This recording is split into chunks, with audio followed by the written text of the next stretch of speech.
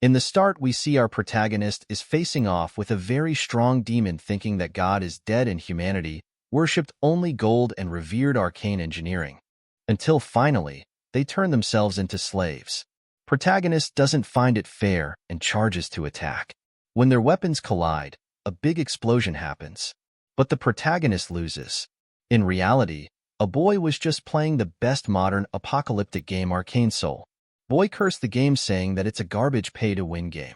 This boy is Kim Jong-soo, 22-year-old college student. He is very angry at the game because a free-to-play player like him can't enjoy the game. Inside the game, the player with which our protagonist was fighting tells him that he did pretty well as a free-to-play player and mentions that he was in auto mode all the time. He praises Jong-soo saying that he has never seen a free-to-play player do so well. Jong-soo is getting frustrated while playing the game. He angrily asks how is it fair that he loses to a whale even after spending 10k hours on the game? He concludes that this is not a game but a gambling with OP characters. He calls himself an idiot for wasting his time on a garbage game. He decides to do his dailies before going home and working on homework. He is about to use his free pull thinking that he will just get another warrior Kim. After doing the spin, he got a platinum chest. He gets shocked after finding an SSR, Heavenly Demon, in the chest. The same character he lost to. He can't believe that he is a legendary character. The chances of getting this character on a free pull are 0.00006%. He is very happy after getting that and starts celebrating on the road. Now, he decides to raise his Heavenly Demon. He could level him up by farming. The fastest way to raise a character in Arcane Soul is to use the characters you've already raised in EXP. He uses all of his warrior Kims to raise his Heavenly Demon. While he was happy, he put his foot on the road to cross it. But the Truckkoen, a mythical character, is coming toward him. Jong-soo is familiar with this type of event. After that, he wakes up in the hospital. How bro survived after getting hit by a mythical character, Truckkoen. He can't understand why he is in the hospital. He remembers that he got hit by a truck. Then a nurse lady came there who called him Warrior Kim. Never mind, bro wasn't able to survive. After seeing that he is awake, she decides to call the doctor. Jong-soo, in confusion, can't understand why she is calling him Warrior Kim. When he checks his name in the form, it's actually written as Warrior Kim. He calls this a mistake and decides to move on. Jong-soo is feeling bad after dusting all his Warrior Kims as EXP for the Heavenly Demon. But becoming Warrior Kim, Jong-soo knows that it's not possible. Then he decides to go out, but when he puts his fractured foot down, he feels immense pain. Nurse lady comes running and tells him that he can't walk yet. Doctor is also here. He tells him that he got off quite lightly after getting hit by a Truckkoen. Doctor tells Jong-soo that they have to run some more tests. Jong-soo needs an MRI and a magical vision test. Jong-soo can't understand what they are talking about. Now it's time to calculate the hospital bill. Emergency room and facility fees and other test costs combined make up to 22 million KRW. Jong-soo is shocked because he just stayed in the hospital for 4 days and has to pay 22 million. She tells him that he doesn't have any insurance, so he has to cover it himself. Jong-soo asks her why he doesn't have insurance. Every Korean has national health insurance. She can't understand what he is talking about. She tells him that he doesn't have Legion insurance or magic insurance.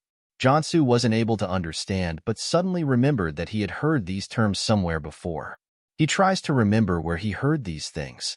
In the end, he remembers that the Legion, Megacorp, Magic Tower, Holy Tower are the 4 factions that dominate Seoul. It's the setting of Arcane Soul. In a world where God had abandoned humanity, arcane science developed drastically. The polluted earth is full of monsters, and humans modify their body in order to survive. To put it simply, it's a world that's hard to just survive in. And Jong-soo has entered this world.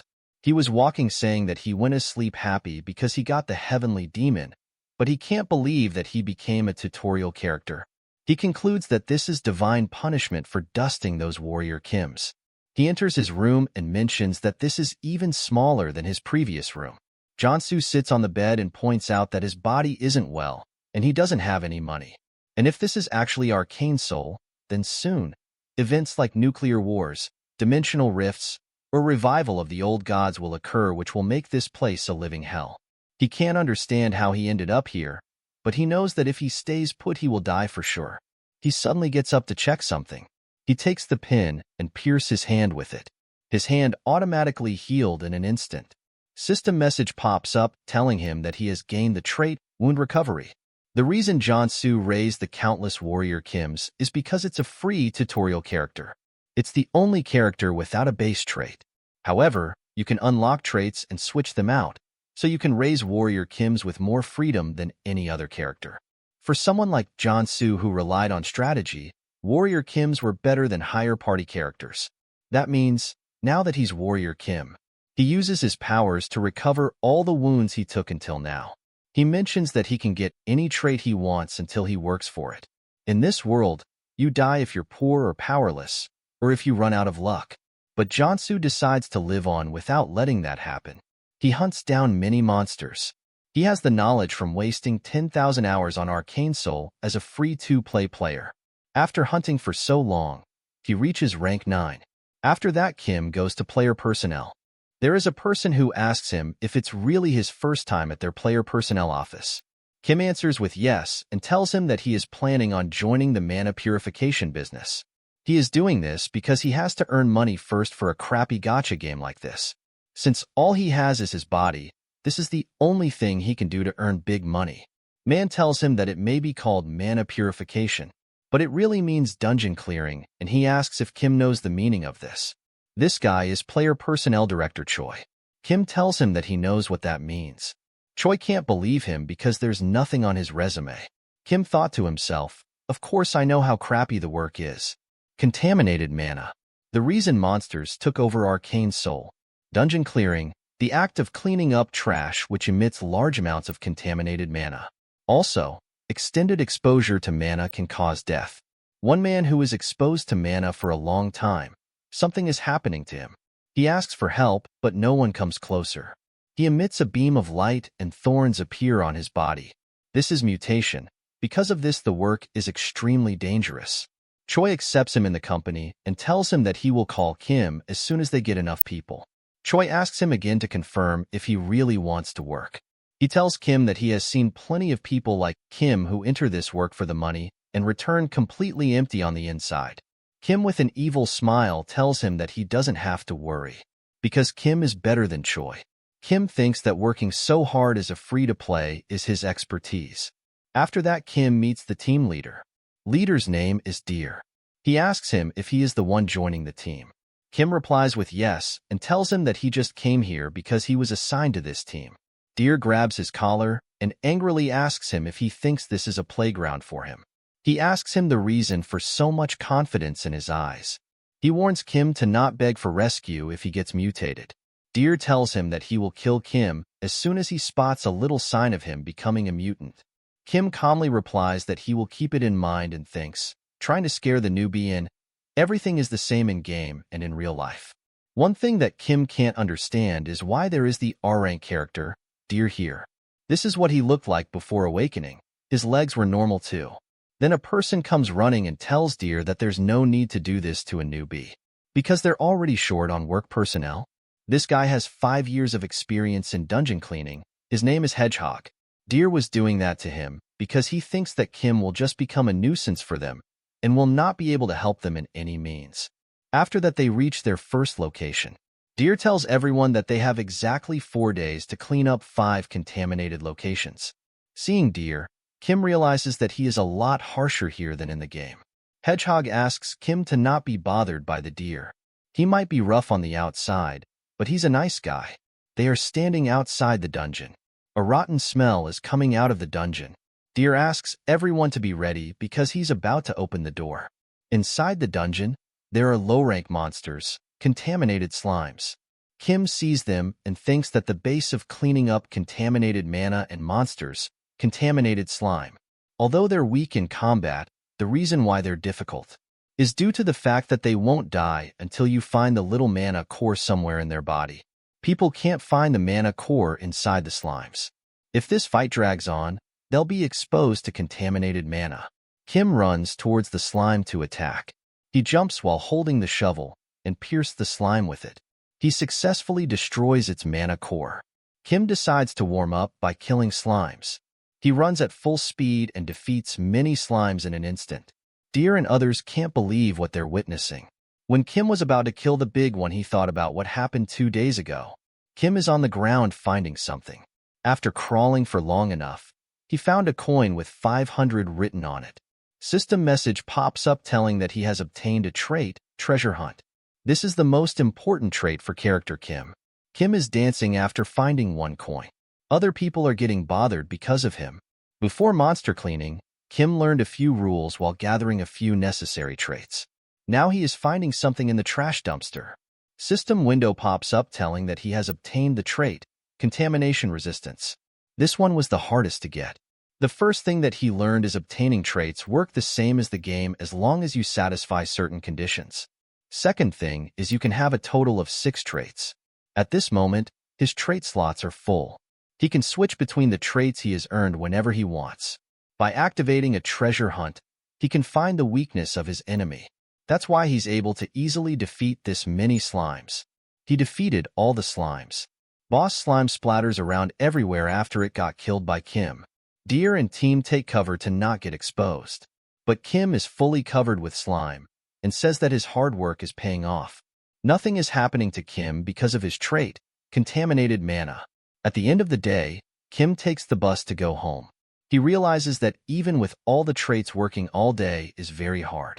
Hedgehog thanks him because they are going home early thanks to Kim.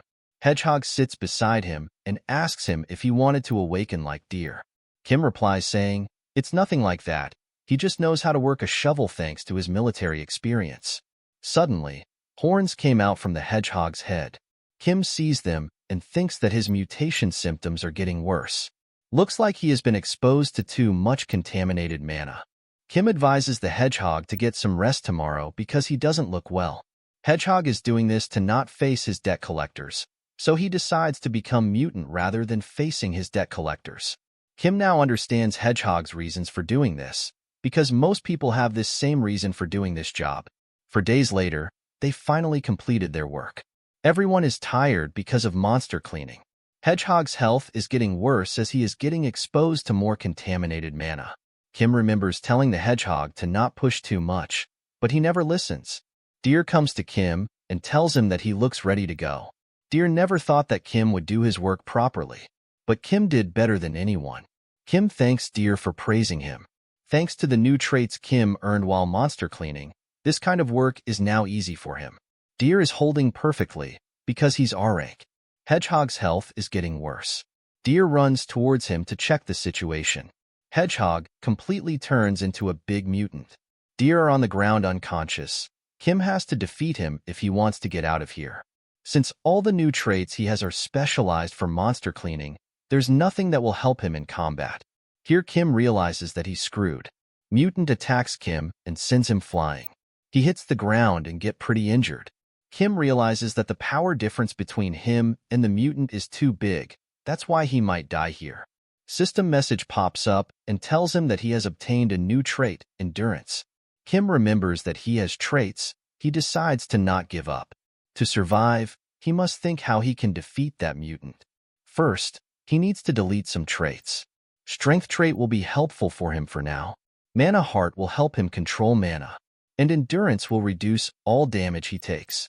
Mana Absorption allows him to absorb mana, and Deep Respiration grants higher mana regeneration. Lastly, the final piece to the puzzle, Corruption Resistance. Now he has equipped all the best traits. The mutant ran to attack him. Kim activates Strength trait attack back, sending mutant flying. Kim smiles because his traits are working. Mutant spins and lands on the ground perfectly fine. Kim is confused about what is going on. Mutant spins toward Kim to attack. Kim gets little scratches thanks to his endurance trait, but it still hurts like hell. He has no choice but to keep attacking. If he stops, he'll die. Mutant is attacking back using its thorns. But Kim is not backing up. He decides to keep going. Mutant Thorn's attack is very strong. Thorns pierce Kim's body. One of his arms has been completely destroyed. Kim knew that he couldn't win with this character. Kim remembers playing Arcane Soul, when he used to enjoy playing with just Warrior Kim. When he was playing the game, everything was very easy. All he needed was a single click to hunt down monsters. I never thought about how the character would feel. He simply pushed the character into extremities under the pretext of efficient training. But now, he knows that it takes suffering to obtain a mediocre trait. Kim punches the mutant and sends it flying. He was able to do that because he is using a new trait, Mutant Muscle. The reason Kim went for Reckless Attack is for the trait that is obtainable when you reach the limit with Mana Heart and Strength traits. That trait is Mutant Muscle. He did everything until now to build up for this moment. Now he is easily able to fight back the mutant. Mutant uses a very powerful attack on Kim. It makes holes in the body of Kim. Kim obtained a new trait, Mutant Body. Kim thanks the mutant. Because of him, Kim has grown further. Now Kim and Mutant are fighting equally. Deer wakes, and what he sees is Kim and Mutant are fighting equally. Deer can't believe what he is seeing in front of him. Kim and Mutant Bot get pushed back. Kim on the ground thinks that it's not easy. His size has grown similar to Mutant, but at this rate, Kim will be at disadvantage. Mutant gets up roaring, but Kim is tired and thinks to himself that he has no choice. He deletes contamination resistance and believes in himself. Kim also turns into a mutant. He uses a very powerful blast. Deer get pushed back. Kim has become a stronger and bigger mutant than Hedgehog. Deer sees Kim and thinks that he has become a mutant while fighting against one. He wonders how is that possible. This is Kim's new trait, Mutant Warrior Kim. Deer decides to run away from there. Mutant Kim moves his hand to attack Deer, but suddenly Kim turns back into his human form. He falls on the ground and says that he did it. His trait of corruption resistance was the last line of defense. If someone is in the possession of mutant form and mutant muscles, and if you delete the corruption resistance, you will become a mutant. The common belief is that once you turn into a mutant, you cannot change back. But Kim knew otherwise. Kim needs to change the trait. He knew that he would be able to change the trait as long as he was able to think reasonably even a little bit. That's how he was able to switch out mutants for corruption resistance. After the fight, Kim is very tired. It felt like all of his bones and muscles were moving around. He doesn't ever want to go through that again. However, Kim got this blur orb as a reward after defeating Mutant. This is a level 1 mana core. That's why it was all worth it. Kim is celebrating after getting that core and concludes that it was all worth it. Deer and the other two wake up. Deer asks Kim if he is okay. They are confused because they never saw someone turning into a mutant and then turning back to human form. Kim realizes that it'll be annoying if there are any strange rumors about him. Kim tells them that he just gambled on being able to turn back. His luck works and he turns back to a human completely fine. Deer can't believe that it was luck. Kim gives him so many level 0 mana cores. He mentions that he wants to go back to get some fresh air. He assumes that they'll keep their mouths shut since Kim has saved their lives and even given them so many mana cores. Kim goes back to the office. Choi has already heard that Kim went through some hardships. He is talking to him very differently compared to when Kim first came to Choi. Kim wonders why Choi is talking so friendly. Choi tells Kim that he should have told them that he's a superhuman. They would have given Kim proper work instead of cleanup work. After hearing that, Kim explains that in Arcane Soul, a superhuman awakens an ability, allowing them to obtain powerful mana. In a world like this, where strength is power and authority, superhumans are basically nobles. Well, it makes sense that Choi would think that since you'd need to be a superhuman to defeat mutants. Although Kim was able to win thanks to his traits, Choi decides to pay Kim for his cleanup work. Kim decides to let Choi think that he is a superhuman because it would grant him more privileges. Kim has cleaned up 5 regions, and personnel offices take 20% fees from the total of 50 million won. If they divide that up to how many people were in the group, I would be giving you 5 million. But Choi decides to do it differently this time. Choi just deducts a 5% fee from Kim's pay and also decides to give him a bonus. This would make his pay 12 million won. Kim's jaw dropped to the ground after seeing this big amount of money. Bro is trying to make impressions like Lloyd from the greatest estate developer. After seeing this huge sum of money, Kim decides to stick to this work for longer. Now that Kim has all this money, he wonders how he would spend it. A man that was with Kim and his team tells Kim that he looks in a pretty good mood and asks if he has got paid a lot. Kim awkwardly replies that this happened because they worked hard to clean the dungeons. The reason that Man is here is because he wants to ask a favor from Kim. Kim immediately hides his money and asks what he wants. Man tells Kim that his wife is sick and that's why he's in dire need of some money for her treatment. So he was wondering if Kim could lend him some. Man also says sorry because they just met once at work. Kim doesn't know what to do now because he doesn't know him in this world. There is a chance that Kim might get betrayed at any moment. Because it's already hard enough for Kim to just support himself. The man lowers his head and asks for help. In the end, Kim takes his hand and decides to help him because he feels so bad to just ignore him. Kim gives him some level 0 mana cores. At night, we see that same man with an evil smile on his face. He calls Kim a dumbass because he just pretends to be a poor old man, and Kim gives him so many level 0 mana cores. Deer and other two from the team are also here. Deer wonder if Kim is new in this stuff. Man assumes that he would have gotten more if he said that his kids are sick too. Man found it annoying that Kim got paid more than them. They just got a little sum of money along with that fake superhuman part of their shares too. Deer knows that Kim is not a superhuman and decides to teach him a lesson. Man asks him if he has any ideas. Deer assumes that Kim must have some kind of strange ability. Since they already know his secret, they decide to teach him how scary the world can be. Next day, we see Kim in a luxurious apartment getting a massage. He never thought that he'd see the day when he could get a massage at a place like this. In-game is better than reality. When Massage Boy touches his arm, he feels a very bad pain. He mentions that he spent 3 whole days resting in this hotel, and his arm still hurts very badly. From now on, he'll have to think twice before using any mutant-related traits. Changing traits isn't as omnipotent as he thought. His body changes depending on the traits, and the severity of the side effects increases the more his body changes. The problem is where he can survive after limiting his trait usage. He looks outside and sees an Iron Fist gang.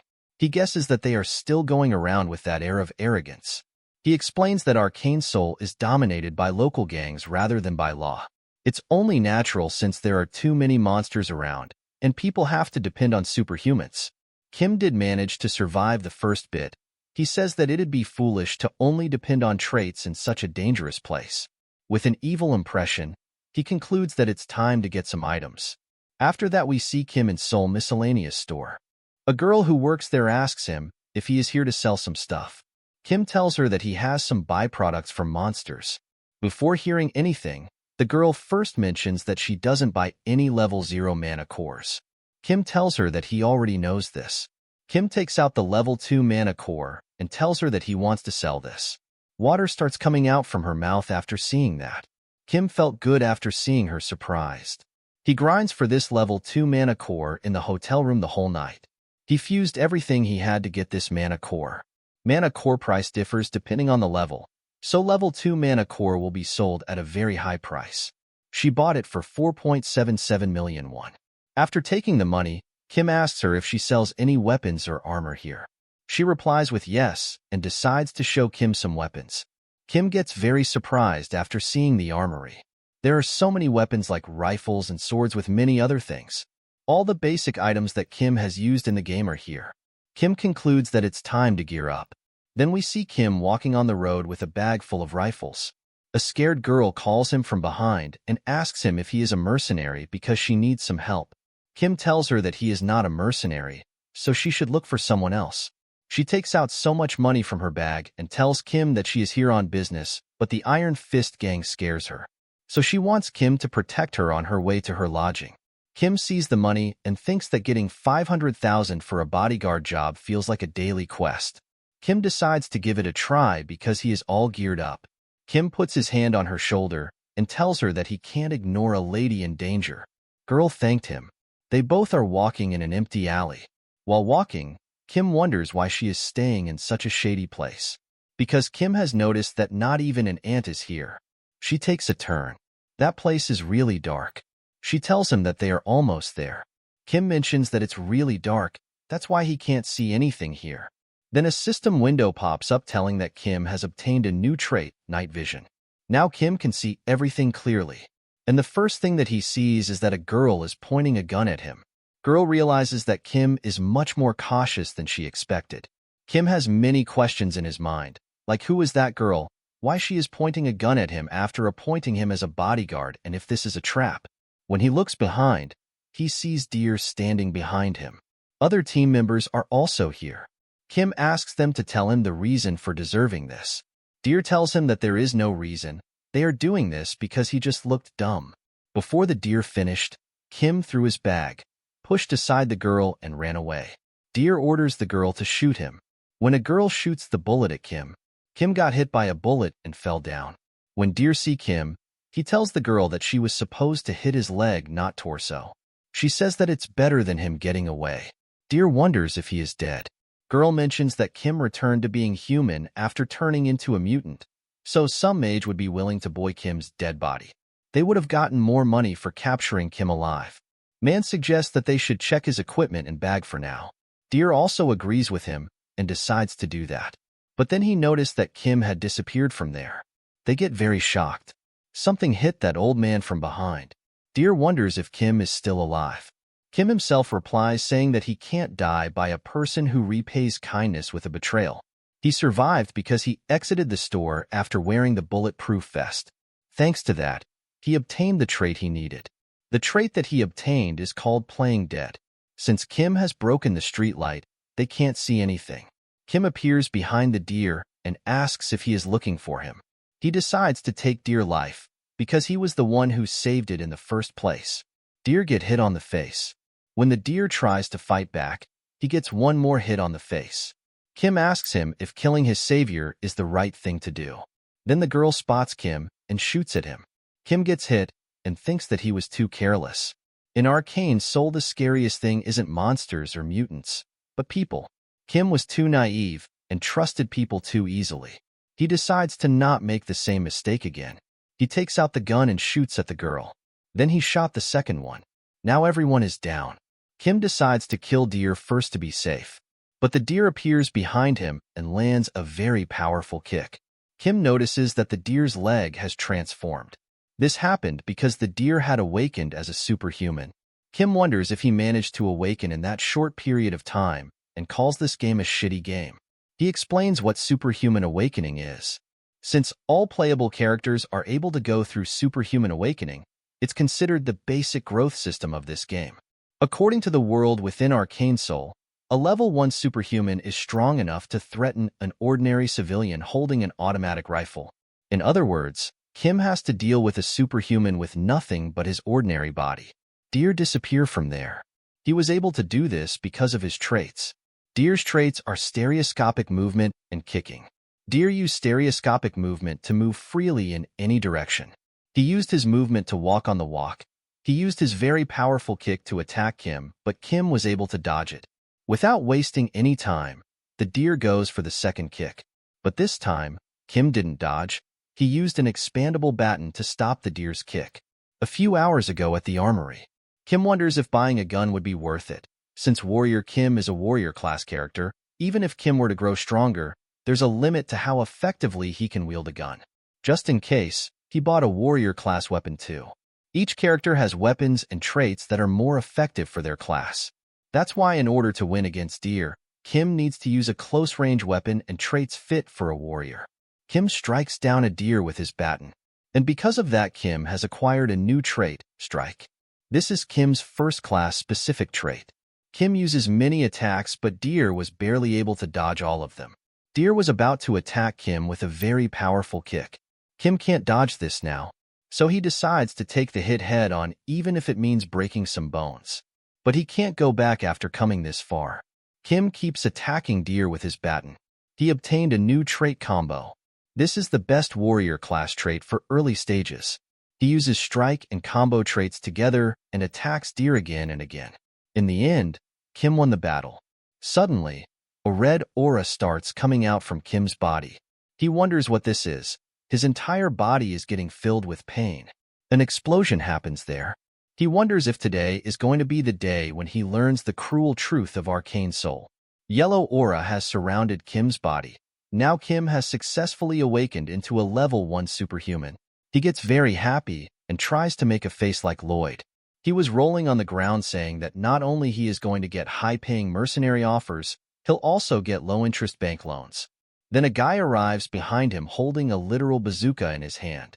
After seeing him, Kim realizes that this guy is Iron Fist Kim.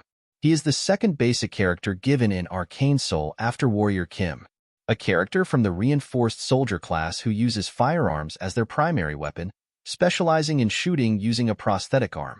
The problem is that Iron Fist Kim is the feared boss of the Iron Fist gang of the underworld. Since Kim has fought within their territory, he must have seriously provoked them. Iron Fist asks him if he has checked where he is before he made this mess. Kim got a little scared. He answered saying that he was attacked so suddenly, and he couldn't just die. Iron Fist loads his gun and asks him if he is saying that those thugs were scarier than the Iron Fist gang. Seeing the gun, Kim realizes that if he fight in this condition, he'll die for nothing. Iron Fist points a gun at him and tells him that he has made a very wrong choice. He decides to show Kim what happens when he defiles their territory. Kim calms down and holds his gun, saying that he's not the type of guy to die so easily.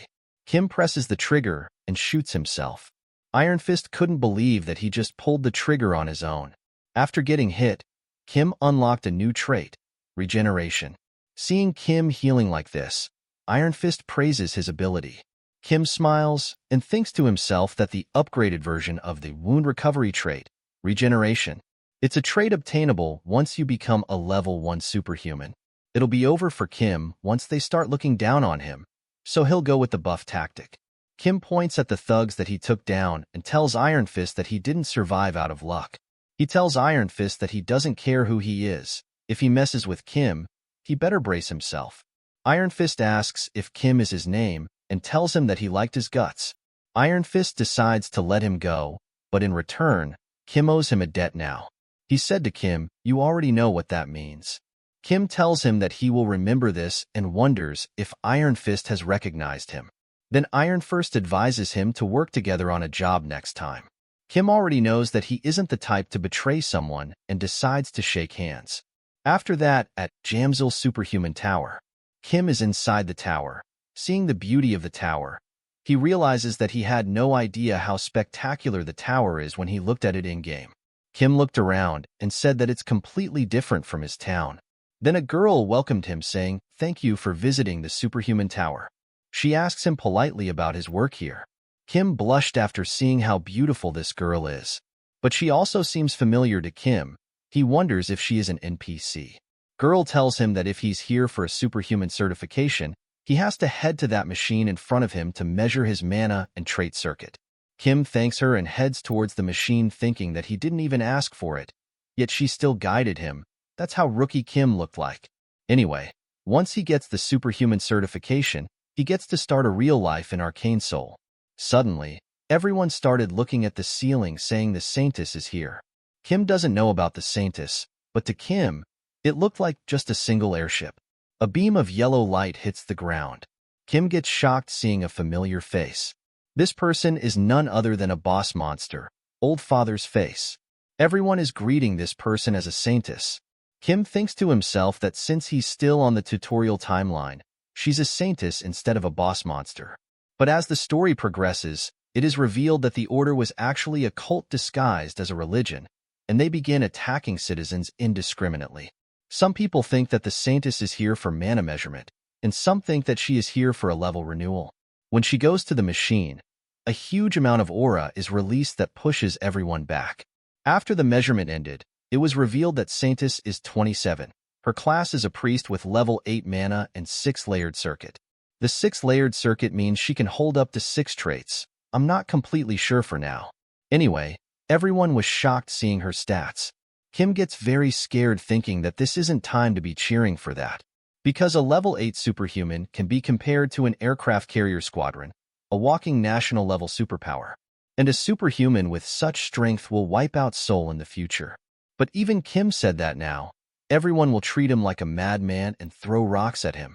That's why Kim decides to think about it in the future, and for now just measure his mana. He realizes that it'd gather too much attention if a rookie like himself had 6 traits, so he lowers them to 3. Suddenly, Saintess looked at the Kim. Her guard asked her about the matter. She answered saying that there seems to be an uncommon individual. She suddenly appeared behind him and said, "You seem to have an intriguing ability." Kim gets very surprised and thinks about what this boss monster just said to him. Kim wondered if she sensed that he just switched his traits. Seeing the situation, people start wondering why Saintas is talking to nobody like Kim. Saintas holds his hand and asks for his name.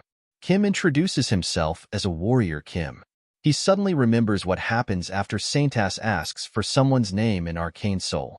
She starts saying, "Warrior Kim, I hereby represent the Old Father's order and baptize you." She continues saying, "The Old Father, the Lord of the Black Gold Thorns, always desires rare power such as Kim's." She asks him to submit to the Lord and find peace in this hellish world. People nearby are getting jealous because nobody like Kim is getting baptized from the first daughter of the Old Father herself, while the Kim is getting angry because if he were to be baptized by Saintas and obtain the baptism trait, then he will have no choice but to become a paladin of the order. However, the Old Father's order, in the war against South Korea, loses to a significant figure in the Arcane Soul. This is like being forced to go all in on a stock that is bound to be delisted. Kim forcefully releases his hand and stops the baptism midway. He tells her that he doesn't want to be baptized. Hearing that, she gets shocked and asks him if she has heard him wrong. Kim answered saying that he is serious. Saintas didn't get angry and revealed that it is one's freedom to serve the Lord or refuse to. But she doesn't leave. She grabs Kim and tells him that the Old Father has already laid his eyes on him. She whispers in his ears, reminding him that a holy moat has already taken root inside of him. She tells him that if he cannot overcome such a tiny moat, then his feeble free will has no meaning. Yellow light surrounds Kim as he is feeling immense pain and shouting on the ground. People around him didn't help but start mocking him, saying this is his own mistake. Kim is feeling immense pain because of divine fever. This activates when one refuses to get baptized. Although Kim was prepared for this, it still hurts his body like hell. Divine fever is one of the strongest debuffs in the entirety of Arcane Soul. By causing burning pain endlessly, it prevents one from continuing with their ordinary life. The only way to get rid of it is to go to the temple to get baptized. Kim refused it because he thought about the future, but there is a chance he might die right now. Then someone throws water at Kim. This is the same girl who guided Kim here. She asks him if he is okay. Kim is very grateful seeing her, because nobody helps someone affected by the divine fever debuff, fearing the negativity might spread to them. Kim decides to endure it a little more. Then the system window pops up telling him that he has awakened a new trait, divine resistance. From the start, he doesn't refuse the baptism recklessly. The divine fever debuff gets stronger depending on the target's total amount of mana. Because he's still a level 1 superhuman, the debuff is weaker in comparison. So there are a few solutions. The first condition is to obtain the divine resistance trait. Now, he will muster up more mana within himself. He suddenly feels more pain. The girl is still here encouraging him to do his best while splashing water at him. This normal water is like the water of life for Kim in this painful situation. To release divine fever, he has to focus on this contrasting sensation, the burning pain and the cold reason. Using the mana within himself, he will extinguish the fire. A surge of mana releases from Kim's body, pushing the girl away. System tells him that he has obtained a new trait, Mana Barrier. With this new trait, Kim did it. This is the Tier 1 common trait a defensive warrior must obtain. Girl asks him if he is alright. Kim answers saying that he is fine thanks to her. Nearby people can't believe that Kim has overcome divine fever. Kim thinks to himself that he hasn't completely overcome it. This is only a temporary measure against it using the barrier. But at least with this mana barrier, he is free from that burning pain. Then, he finally gets a chance to measure his mana. He stands on the machine, and after a moment, it completes the measurement. Kim is 22 years old with mana level 1 but 6 layered circuit. People get shocked seeing how a man with level 1 mana has 6 traits. They wonder if that was why Saintas got interested in him. Kim was thinking of growing quietly, but now he has garnered too much attention. He couldn't hide his traits because of the mana barrier. Girl congratulates Kim because she has never seen someone with 6 traits at mana level 1. She asks him if they should go issue his superhuman license. After that, we see Kim receiving his superhuman license. Girl congratulates him on becoming a licensed superhuman. Seeing the license, Kim gets very happy saying that he worked so hard to get this. Then the girl decides to explain to him all the special privileges of level 1 superhumans. Kim stops her in the midway saying that he already knows all of them. The privileges are tax reduction, the right to carry weapons, and as one's level increases, exemption from all taxes, immunity from arrest, free access to all transportation, and even more benefits. Girl gets shocked after hearing that all the conditions said by Kim were correct and also praises him.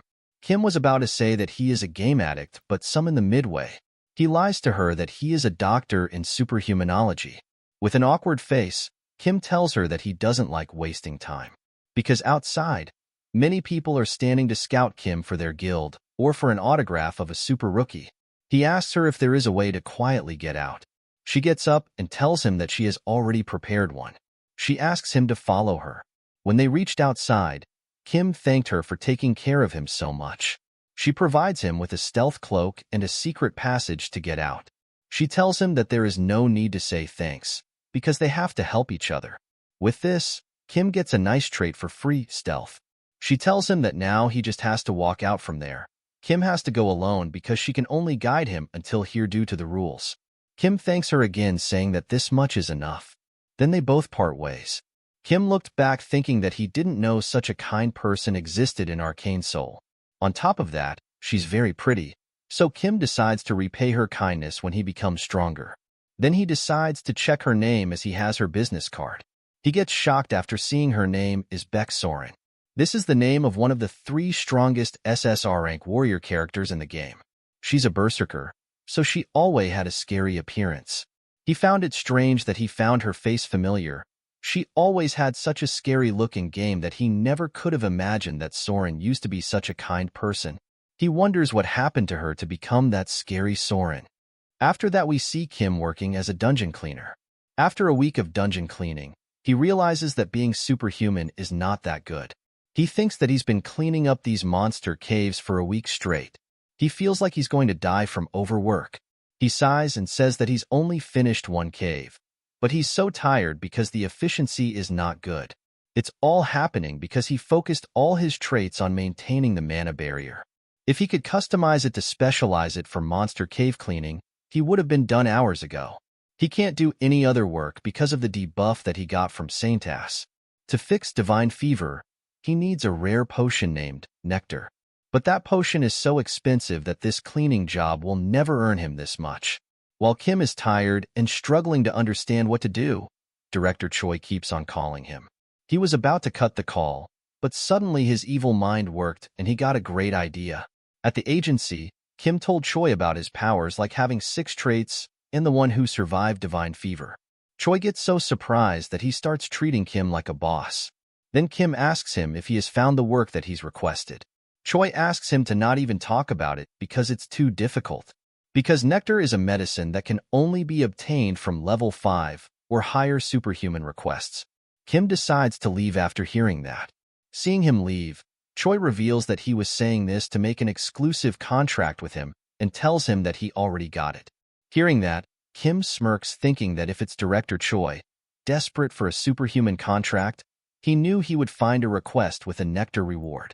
Kim sits down and asks for the contents of the request. Choi shows him the logo of the number 1 security team and asks him if he has ever heard about them. Kim responds saying that this is his first time hearing about them and wonders if this is a security firm. Choi explains that it's a private military company, one of the top 10 in the industry. The CEO and vice CEO are a married couple. Both are from traditional martial arts families, so their foundation is solid. Hearing that, Kim questions him, asking what could such a wealthy family possibly be lacking for them to issue a request. Choi tells him that their son is the problem. He has already passed 20, but hasn't awakened as a superhuman yet. This is hard to believe, because both his parents are from martial arts families. Choi tells him that the rumor says that he has accumulated level 8 mana, but just hasn't awakened yet. The condition to get this request was a level 1 or higher warrior-type superhuman. So Kim is a perfect fit for this mission. Kim decides to see them for now. Both Choi and Kim go to see them. They were sitting waiting for them to arrive. Choi assumes that the CEOs are quite busy because they're not the type to be late. Kim is just looking at the house thinking that this house must be very expensive. Then, both CEOs arrive there. Man's name is Jungju, and the woman's name is Miri. Choi get up to pay respect to them and thanks them for their time. Kim also does the same, but he was just looking at them thinking that they must be at least level 6 superhumans. Both of them possess a considerable amount of mana. Jungju is a rude guy. Seeing Kim, he says that he's weak. Seeing him like this, Miri asks him to go to room if he is going to talk like this. But he refuses to go. They both sit down. Miri asks them to take a seat. Seeing Kim and Choi coming all the way here, Miri assumes that they will take their request. Kim adds a condition. He says that he wants to check their son's condition to see if there's a special reason preventing him from awakening. Hearing that, Jungju gets very angry and asks Kim if he really thinks he'd tell that to a rookie like him. Miri stops Jungju and tells that he's getting angry because this is related to their son, and also tells that they can't tell something like this to an outsider. If he accepts the request, only then they call their son and explain the situation. Looking at Kim, Miri also realizes that he is in a dire need of nectar. Hearing that, Kim thinks there's a problem with their son that needs to be kept confidential, and they also know what he wants. Kim is becoming more and more certain like this. So Kim decides to accept the request and asks them to call their son. Then, the son enters the room and introduces himself as Woo Jin. Kim gets up and gives his greetings. Suspiciously enough, Kim can't feel any mana from Woo Jin. Seeing the pattern on Woo Jin's gloves, Kim says that he has a cool glove. Woo Jin says that it's more than he deserves, but he always uses it with gratitude. Then Kim shocked everyone saying that he keeps it with gratitude because he needs a very strong mana seal.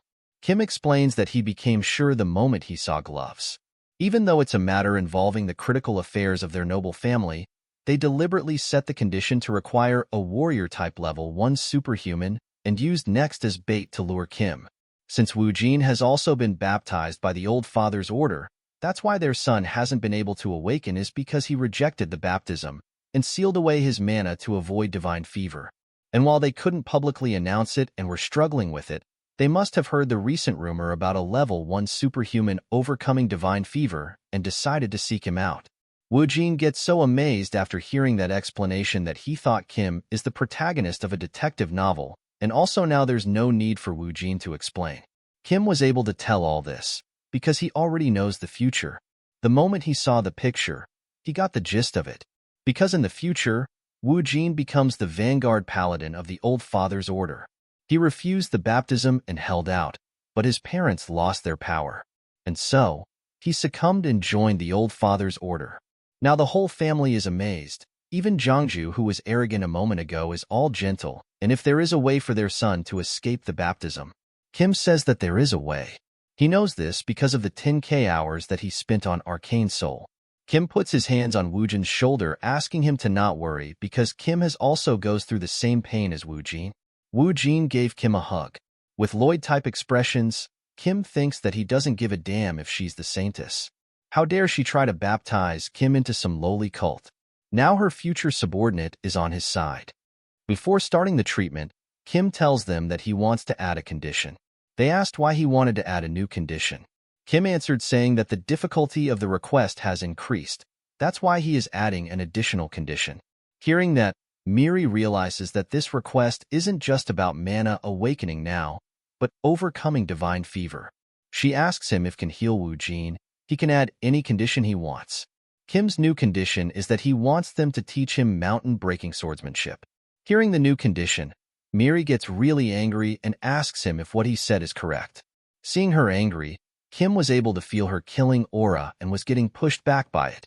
He realizes that Miri is now even scarier than Jungju. Kim already knew that she would get angry because of his new condition, mountain-breaking swordsmanship. One might doubt Kim's decision to learn swordsmanship in a 21st century information era. However, it is different in Arcane Soul, where strength equates to authority. Because a superhuman swordsman can easily destroy an entire tank, high-level martial arts are traded for a fighter jet squadron, which is worth trillions of won.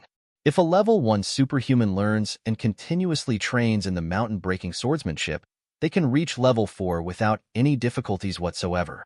It is basically a cheat code for early game. Kim remembers that it is said that only the elites could learn this swordsmanship. He wonders if it crossed the line. To calm her down, Kim tells her that she has to teach him only if he completes the request.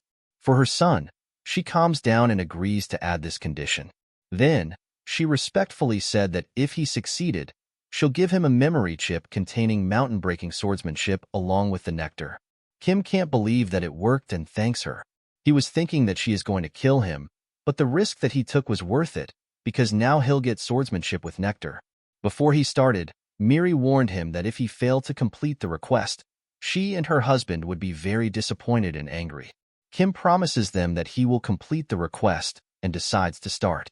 They have prepared a room with a mana focusing circle and 200 intermediate-grade mana potions. Seeing the room, Kim said that this is exactly what he wanted and told them that he wanted to be alone with the patient during treatment. Before leaving, Miri said sorry for what she did earlier and told that Wu Jin was forcefully baptized before he could even start going to school. He never had the chance to make friends, let alone go on a family picnic. He had to suffer while being forced to be stuck in his room. She realized that they treated Kim harshly because of such a situation. From now on, she has all his hopes on Kim. Seeing her like this, Kim realizes that everyone in their family had to suffer because of the Saintess trap. For now, Wu Jin is with his family, but in the game, he ends up opposing his own family. It makes sense that he would become such a cold person in the future. Kim has started to feel bad for them. He asks her not to worry and tells her that he will succeed at all costs. Now that they are alone, Kim decides to start the treatment. But for some reason Wu Jin is shaking with fear. Kim questioned him why he was shaking and asked him not to worry. Wu Jin was shaking because he was thinking that Kim is going to torture him through some sort of drug injection or electric shock to forcefully awaken him. Hearing that, Kim asked him what kind of treatment he was receiving until now. Kim thinks that the general treatment to cure divine fever is to drink nectar after awakening. However, because Wu Jin had too much mana accumulated in his body, the divine fever was too severe for him to awaken, and all else failed. Then, Kim tells him that he doesn't need to worry, but just has to remember one thing. Kim asks him to keep everything he'll see during today's treatment a secret. After Wu Jin promised, Kim decides to start. First, he has to expand the mana barrier to the absolute limit. Then, the barrier will get weaker. When he did that, he felt so much pain and quickly started drinking mana potions as fast as he could. It tasted so bad, but he had to do it to get a new trait, drug addiction. This trait will increase damage received and mana consumption, but the effects of the drug are abnormally enhanced. Now that Kim has obtained the drug addiction trait, if he focuses his mana on the shield, because he did all this, his divine fever has been completely pushed out of the barrier. Wu Jin gets amazed seeing that, but Kim says that it's too early to be surprised.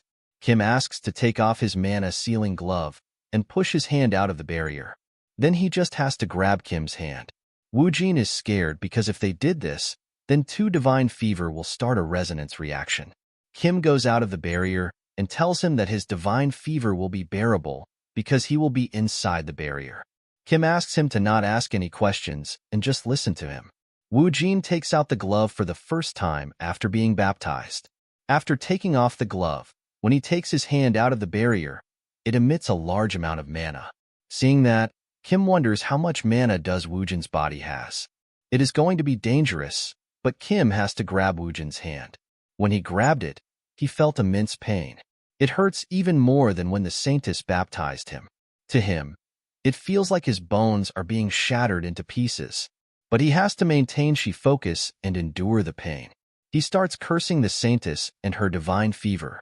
Suddenly, he jumped inside the barrier saying that it's success. He has unlocked a new trait, damage absorption. Wu Jin can feel that, even if he is not wearing gloves, it's bearable now. Kim tells him that this happened because they go through all that crap. Kim explains that in addition to the barrier, he's used damage absorption to take part of his divine fever for himself, meaning Wu Jin's divine fever is now severely weakened. Now for the final stage, Kim asks Wu Jin to attack him until he awakens. Hearing that, Kim realizes that it's time for him to use the swordsmanship he's practiced since his childhood. Wu Jin attacked Kim, but Wu Jin was stronger than he had expected. He broke an iron arm guard with a wooden sword, because of which Kim has obtained a new trait, Protect. But even with this new trait, he'll be in a critical state from one strike of Wu Jin. He can't believe that the guy who hasn't even awakened yet is attacking like this. He wonders what kind of swordsmanship Miri has taught to her child. Kim is having a hard time just dodging the attacks. Suddenly, Wu Jin starts glowing, emitting yellow light.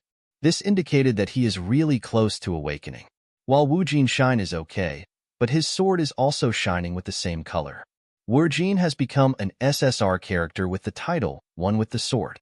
Kim is shocked seeing that Wu Jin has reached a state where the sword becomes the person. That's an insanely overpowered trait for the warrior class. But the problem is, Wu Jin is in a complete trance state. He launched an attack at Kim. Seeing that attack coming toward him, he realizes that he will die if he gets hit by this attack. He thinks fast and quickly equips all the defensive traits, and then by combining two traits he was able to create a mana shield. This trait protected him from Kim's attack. Kim couldn't believe that he was about to die by a person who has a title of One with the Sword. Wu Jin finally gets exhausted and goes to sleep. Kim isn't happy seeing him getting unconscious after almost killing him. He sits beside Wu Jin realizing that he went berserk for a bit because he just got awakened. In the game, Wu Jin was a strong character, with the rank of SSR. But because he awakened as a warrior, not a paladin, he acquired One with the Sword as a starting trait. Kim realizes that he has created a monstrous warrior by awakening Wu Jin into a warrior instead of paladin. For now, Kim doesn't know how the change will affect his future. However, it's not a bad thing, because Wu Jin is a guy with a silver spoon and immense strength, and now he owes Kim a favor. Then the scene shifts, and we see Wu Jin resting in the bed. Standing beside him are his parents. They both thank Kim for helping Wu Jin to overcome divine fever. Kim tells them that it's nothing as he had already told them he could do it. Choi is still treating Kim like a boss. Miri is very happy since it's been a long time since they saw Wu Jin sleep so peacefully. She doesn't know how to repay this debt. Zhangju tells him that along with the promised nectar and the memory chip with the mountain-breaking swordsmanship, he'll also provide him with an additional success fee. Hearing that, Kim tells him that there's no need for it. But he gets shocked when he hears that the additional fee that he is going to get is 1 billion won. He immediately accepts the money, saying that it had hurt his heart to reject it twice. On their way home, Choi told Kim that today was a jackpot for him. He got nectar and a chip with a strong swordsmanship. Choi asks him if he is going to drink the nectar right away. Kim answered with yes, and told him that he is going on a hiatus for a bit. Choi understands the reason for the hiatus. He knows Kim doesn't want to catch the attention of the old father's order or those who hear about his rewards. Choi isn't happy with his decision of drinking the nectar right away. If he refined the nectar and consumed it, it would significantly boost his mana. Kim already knows this. If he could refine the nectar and drink it, he could raise his superhuman level by a lot, instead of having to spend it on curing the divine fever. When Kim reached his destination, Choi told him that he will try to find the equipment necessary to refine nectar and advised him to take it a little later. But when Choi left, Kim forgot the advice and decided to drink the nectar right away. He learned how cruel Arcane Soul could be during the deer incident. He can't guarantee that Director Choi won't betray him. Anyway, he already has the traits that can maximize the nectar's effect, so it doesn't even matter. When he drank the nectar, he felt immense pain and felt like every fiber of his muscles was being disassembled and reassembled. Also, an incredible mana is being stored inside him. A beam of yellow light released from the whole building, and Kim turned into a level 2 superhuman. Also, by curing the divine fever with nectar, he got one of the best tier 1 traits in the game. Black Flame has been added to his list of traits, along with the mountain-breaking swordsmanship. He is feeling very relieved. He can focus on training these 2 traits, and there won't be any problems. Suddenly, he receives a text from Director Choi. He wonders why Choi is texting him at this time. He tried to ignore the text, but he kept on messaging. In the end, he checked his phone. There were so many strange messages. He wonders what he wants to say, and also realizes that Choi never texted him much before. Suddenly, he noticed that inside of this strange message is a hidden message that said, "Run away from the Dagger Gang." The Dagger Gang. They're one of the opposing gangs of the Iron Fist Gang. He realizes that if Director Choi wanted to betray him, he would have classed him like usual to stall for time. Considering he sent this secret message to Kim, it must mean that Director Choi was caught first. He assumes that information was leaked when he was trying to prepare the equipment. He decides to ignore this message since he already got the nectar that he needed. Because everyone's responsible for their own life in Arcane Soul. Then the scene shifts, and we see that Director Choi is getting tortured by a dagger gang. They call him a stubborn guy, because he hasn't told them anything about Superhuman Rookie even after getting this much beating. Choi tells them that he will never tell them anything about him, because Kim signed the contract with Choi because he trusted him. Hearing that, the dagger gang decided to do something that they never wanted to do. A man asked him, "Which hand do you use to eat?" After getting no answer, he decides to cut down the right hand. Suddenly, a big explosion happened, because of which, some of the dagger gang's members got injured. One injured person tells the boss that some crazy person is throwing grenades at them. We see Kim is the one who did all this. He says that they picked the wrong guy to mess with. He changed his mind because he couldn't just leave someone who keeps their promises in this cruel world of Arcane Soul. He launched another grenade saying that the war had begun. Grenade perfectly hit the target, destroying many things. Now, the dagger gang has also picked up the guns trying to find the person who is launching grenades at them. They all rushed out to find the person who was doing this. Kim was already expecting that they would rush out of the building like a bunch of cockroaches. Even though the building looked like a normal apartment, he knew that the dagger gang were in there. Because this is the dagger gang dungeon that he cleared until he got sick of it. It's a complex dungeon consisting of 6 different buildings. Because the dagger gang quest is one of the tutorial quests, he can clear it with his eyes closed at this point. He jumps off the building saying that here comes the veteran to clear the quest. Dagger gang has split out to find Kim. 3 members were walking alone in an alley, assuming that the Iron Fist gang is the one attacking them. They assume that the Iron Fist gang is the only ones capable of pulling off such a crazy feat. One person was thinking of beating the one who is behind this to a pulp. Suddenly, he heard a voice and decided to check it alone. When he was casually checking the place, Kim came out and took him down easily. He wasn't able to see Kim even though he was in front of him, because he has new traits that he got by combining different traits. One is stealth and the second is feigning death. Kim decides to enter the main building while the dagger gang is finding him outside. He entered through the secret entrance, avoiding combat as much as possible. Kim already knows that the dagger gang loves to put their hostages right beside their boss's room on the 5th floor, so there's still some way to go. He's moving as stealthily as possible so as to not get caught. Suddenly, someone announced to the speaker that the enemy had infiltrated the building. They order all the members to arm themselves up and gather at the designated assembly point. Immediately, Kim realized that he had found out. Conflicted, he stands in front of the door saying that if he gets out of here, there's the lobby. And it's the most optimal route because there's the central staircase that leads upstairs. The problem is, once they noticed that the intruder was in the building, they put up a barricade in the lobby to form a defense line. If he were to open this now, he'd be riddled with bullets. Still, he opened the door with an evil smile. There were many members holding guns. Kim wasn't scared because he had a machine gun. First, he used the machine gun to take down as many of them as possible, and then threw a grenade at them.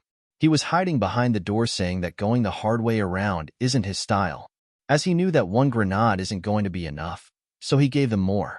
Bro is just enjoying hearing the screams while hiding behind the door. After that, when he entered the room, all of them were taken down. He looked around and wondered if this was all of them. He assumes that there can be some survivors left and decides to not let his guard down.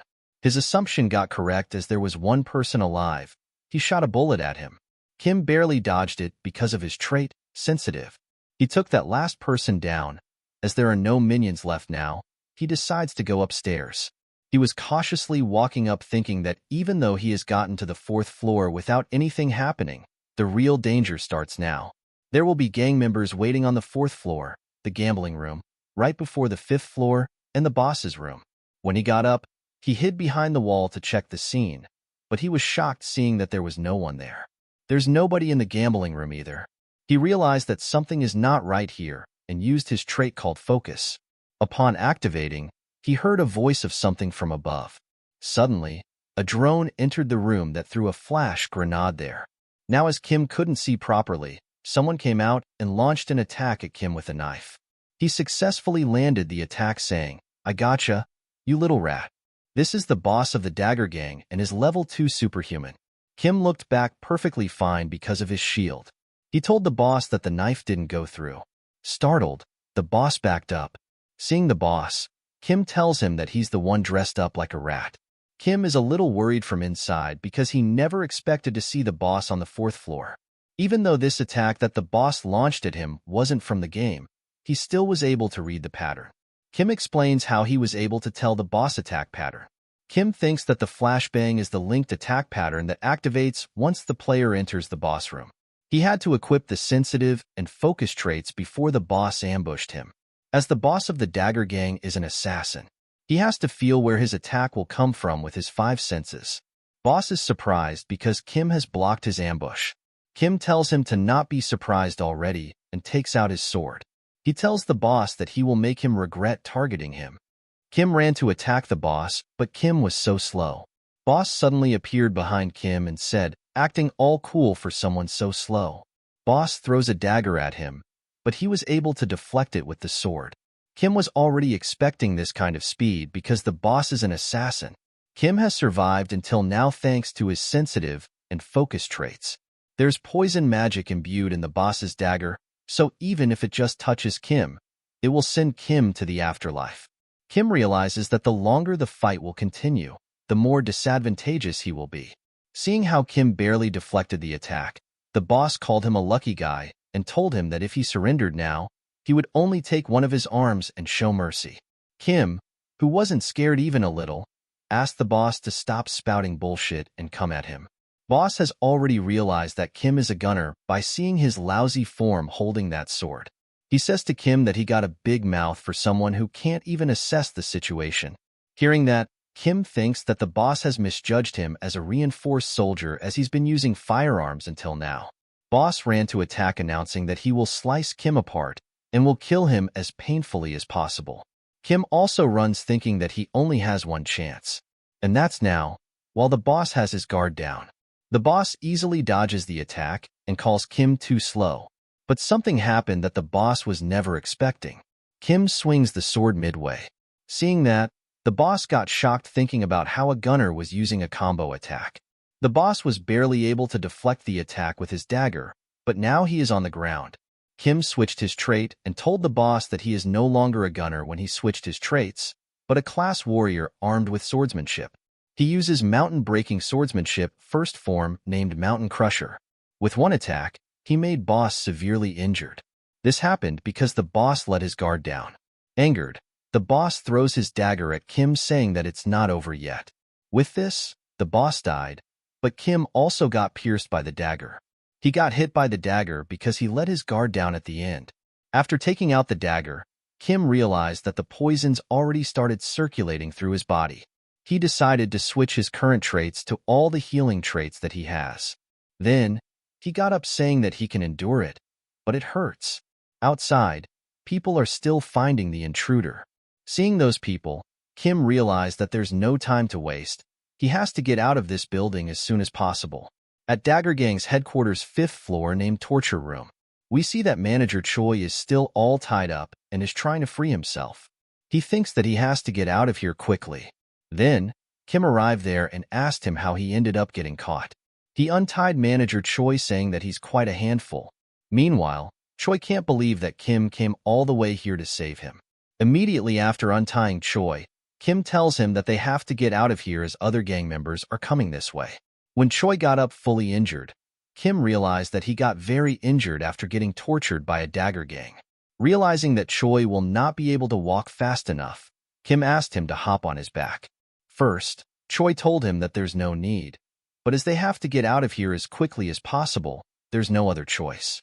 Seeing Choi, Kim can't believe that he kept his loyalty even in such harsh condition and while enduring brutal torture. Kim thought that the world of Arcane Soul was a hellish world, but there's a surprising, touching feeling to it. After that, at the Seonsu workspace, we see Kim is drinking so much alcohol. He did all this just to obtain a poison resistance trait. Choi is holding many bottles, asking Kim if he needs more. Kim said that he doesn't need any more as he already got the trait. Suddenly, Choi apologized to Kim. He assumed that information was leaked when he was preparing the nectar for Kim. He realized that he shouldn't have trusted his employees. Hearing that, Kim tells him that it's fine and reveals that he has already drunk the nectar. Choi gets angry and asks him the reason for drinking the nectar. Kim answered that if he hadn't drunk the nectar, he wouldn't have been able to save him. Hearing that, Choi gets even more sad thinking that Kim drank the precious nectar just to save him. The thing Choi doesn't know that Kim didn't drink it for him, but Kim decided to let him think whatever he wants. Suddenly, someone knocked on the door. Hearing that, Choi wondered if the Dagger Gang was already here. He asked Kim what they should do now. Completely calm, Kim decided to welcome their precious guests. When he opened the door, it wasn't a Dagger Gang but an Iron Fist Gang. And it seems like Kim is the one who called them here. Iron Fist Kim already knew that Kim isn't an ordinary guy, as now he has even annihilated the Dagger Gang. He asked Kim of the reason for calling him here. Kim thinks that he called them here because it's his turn to get the reward for clearing a difficult mission. The Iron Fist Gang and Dagger Gang are rival gangs who are having a power struggle to claim the ownership of the Silum area. In the game, the tutorial required the player to annihilate the Dagger Gang by helping the Iron Fist Gang. For destroying the Dagger Gang, the Iron Fist Gang offered a lot of rewards. Then, Iron Fist Kim asked him if he was planning on making a new organization or something. Kim answered saying that running an organization isn't his style and reveals the reason for calling them here. He tells Iron Fist Kim that he can have the area that the Dagger Gang has been occupying, as Kim prefers to stay solo and have no intention of stepping into the underworld. He gave up on the land to repay the debt for the last time. Iron Fist Kim realizes that this is an offer where he has nothing to lose. But to him, it seems a little overwhelming compared to the debt Kim had last time. From the start, this is what Kim wanted. As now they are on the same page, Kim asked him to grant him a wish in return for having that Silum area. Iron Fist Kim decides to hear the wish first before agreeing to it. Kim thinks to himself that it's something that everyone in Seoul wants to have. And Kim's wish is, he wants a house. Hearing the wish, Iron Kim said, "A house, you say?" Kim tells him that since he works alone in this harsh world, he's realized the need for a proper base. He starts acting in front of Iron Kim, saying that his stomach was injured while fighting against the Dagger Gang. He did this to show how hard he worked to defeat the Dagger Gang. In the end, Iron Kim agrees to give him a house since he has worked hard to defeat the Dagger Gang. Kim is happy, saying to Iron Kim that he likes how straightforward he is. Then, Iron Kim asks about the features that his house should have, and asks him what he wants, like villa or an apartment. Kim answers that he doesn't want anything fancy. He said that he just wanted a normal standalone house with guaranteed security and soundproofing. And additionally, he wanted a training facility in the basement. Hearing that, Iron started thinking about what to say, while the Kim is making weird faces wanting to hear yes. His wish comes true as Iron Kim said that there is one that he knew. It's a house located at the ridge of Jeonnabong. That's the very house given to the player as the first base in Arcane Soul. Now, Kim is in his own house, finally getting a feeling of having a proper home. He is happy with everything, like scenery, house, and all its features. He remembers that when he fell into Arcane Soul at first, he had no idea what he'd do. At that time, his hospital bill was like 20 million. But now he has a house like a palace. Not only that, he have the money from #1 security and Director Choi. Kim could now afford to stay in the hospital without worrying about the bill. But this is Arcane Soul. There's no time to bask in success. Once the game's plot progresses, vicious villains like the Saintess of the Old Father's Order will appear and destroy the city. After enjoying all the scenery, he has finally decided to go find the real reason for choosing this house. At the underground training facility. First, he checked the place, saying that it should be here. Saying that, he started digging with the pickaxe. With one strike, he finds a passage. Seeing that, he giggles and says, "My trait is at work, it seems." He said that he might be able to finish this faster than he thought. So, he started working to find the real reason for buying this house. But after just a little work, he realized that it would not take less than he expected. He got really exhausted and said that he didn't realize when he played the game that it was this deep. But he can't give up after coming this far. With a little more work, he's found the thing that he wanted. Water started coming out from the ground. When Kim drank it a little, Manna started surrounding his body. He said that he loved this taste and explained that this is. He can feel his body healing up in real time. What he just experienced are the effects of Mana Spring. a spring brimming with mana, the Mana Spring. Even characters whose HP has dropped to 0 can quickly recover when soaked in the Mana Spring, and most debuffs disappear, showcasing its incredible therapeutic properties. The place where you can access such an amazing Mana Spring for free is none other than the Jeonnabong House, the first base provided by the Iron First Gang. Kim had to go through a lot of trouble to get here, unlike in the game where he could get it done in a single click. He is bathing in the Mana Spring, saying that it's so full of vitality that he can easily feel the effect. The Mana Spring had such amazing therapeutic effects that it is perfect for training, because Kim could heal right back up even if he ran out of stamina and got back to training. Now, he has decided to start the one and only free-to-play Rankers Extreme Efficiency training.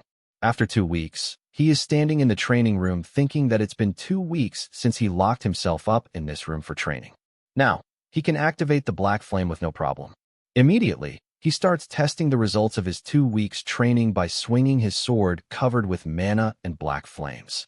After testing, he is satisfied because now he can easily use the mountain-breaking swordsmanship along with the Black Flame. One more thing are the useful traits that he earned during the training. Now that he's completed the training goal, there's only one more important thing left for him to do, and that is the mana cultivation technique, which he cannot obtain through training. If he had refined the nectar before drinking it, he could have reached superhuman level 3. But because he's only level 2 right now, there's still some mana left in his body. To fully absorb the mana of nectar and reach level 3, he needs the mana cultivation technique. But it's not easy to obtain, because it's worth tens of billions. He remembers how at an antique shop he bought a technique called mana cultivation. Even though the shopkeeper tells him this technique has been sitting in his warehouse for decades, Kim still bought it.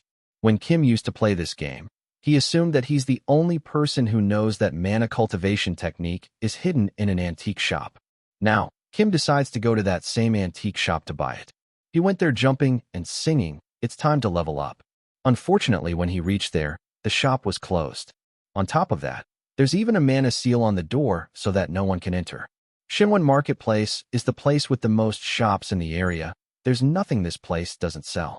Kim remembered that when he used to play this game, this shop always stayed open no matter what the time was. But for some reason the marketplace is closed. And what's more is that most of the other shops are also closed down beside this one. Here he realized that this world of Arcane Soul is different from the one he knew.